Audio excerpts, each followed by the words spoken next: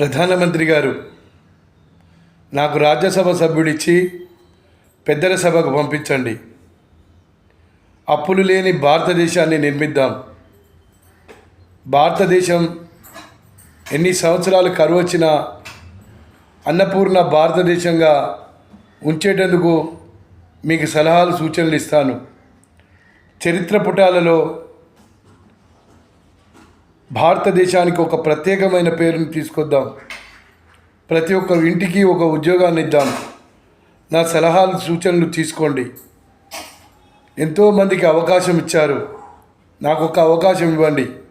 నేను భువనగిరి పార్లమెంటు నుంచి అభ్యర్థిగా పోటీ చేసిన, సిరిసిల్ల ఎమ్మెల్యే క్యాండిడేట్గా కూడా పోటీ చేసిన. మీకు నా సలహాలు సూచనలు భారతదేశ రాజకీయాలను మరో కొత్త ప్రపంచానికి నాంది పలుకుతాయని ఆశిస్తూ మీ యాదగిరి రాజయోగి